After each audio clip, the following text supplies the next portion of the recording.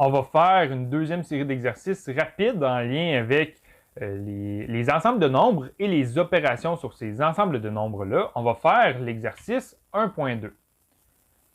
1.2, on va faire le A, le B et le C.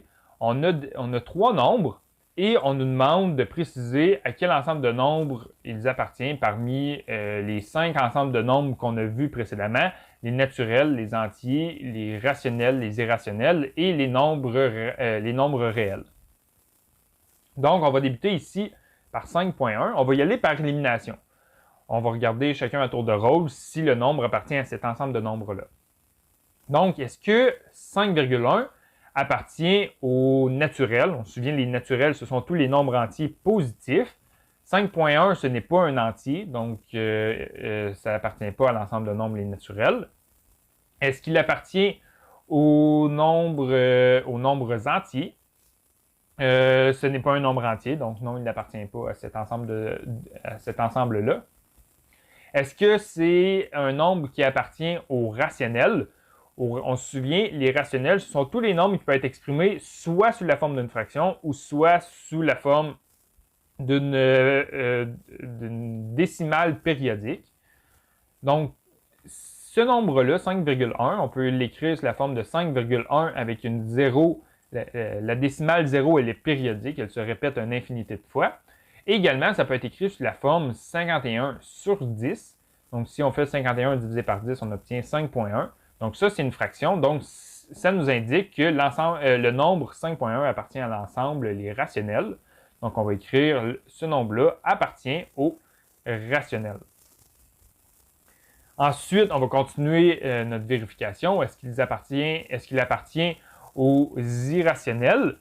Puisque le nombre appartient au rationnel, il n'appartient pas aux irrationnels. Donc, non. Et finalement, est-ce que le nombre appartient au réel? En fait, un nombre réel, c'est l'union entre les nombres rationnels et les nombres irrationnels. Donc, si le nombre appartient au rationnel, le nombre rationnel est également un nombre réel. Donc, oui, il appartient également au nombre réel. On va y aller ensuite avec le deuxième ici. Moins racine de 36. Racine carrée de 36, ça peut être simplifié. Et quand on calcule la racine carrée de 36, qu'on obtient, c'est 6. Donc ça, c'est égal à moins 6.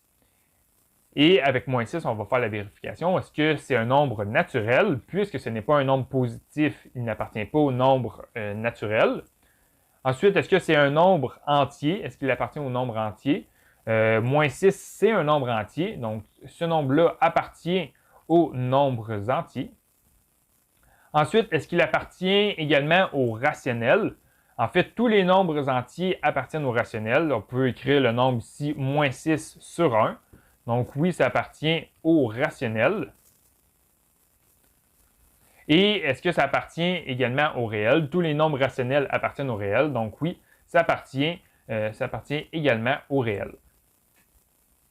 Ensuite, on va faire le numéro C. Est-ce que le nombre racine de 7 est un nombre entier positif? Ce n'est pas, contrairement à racine de 36, la racine carrée de 7 ne peut pas être simplifiée. Donc, ce n'est pas un entier. En fait, ça n'appartient pas à l'ensemble de nombres les naturels. Et ce n'est pas non plus un nombre entier ici. Est-ce que c'est un nombre rationnel? Est-ce que ça peut être exprimé sous la forme d'une fraction? Racine carrée de 7 ne peut pas être exprimée sous la forme d'une fraction. Ici, on calcule sa décimale, on va avoir une décimale infinie sans aucune période. Donc, si ça n'appartient pas au rationnel, ça va appartenir aux irrationnels. Donc racine carrée de 7 appartient aux irrationnels. En fait, pour écrire rationnel, le Q, on met un Q et on va doubler chacune des côtés, chacune des parois de gauche et droite de la lettre Q. Et tous les nombres irrationnels appartiennent également au réel. Donc ça appartient également au réel.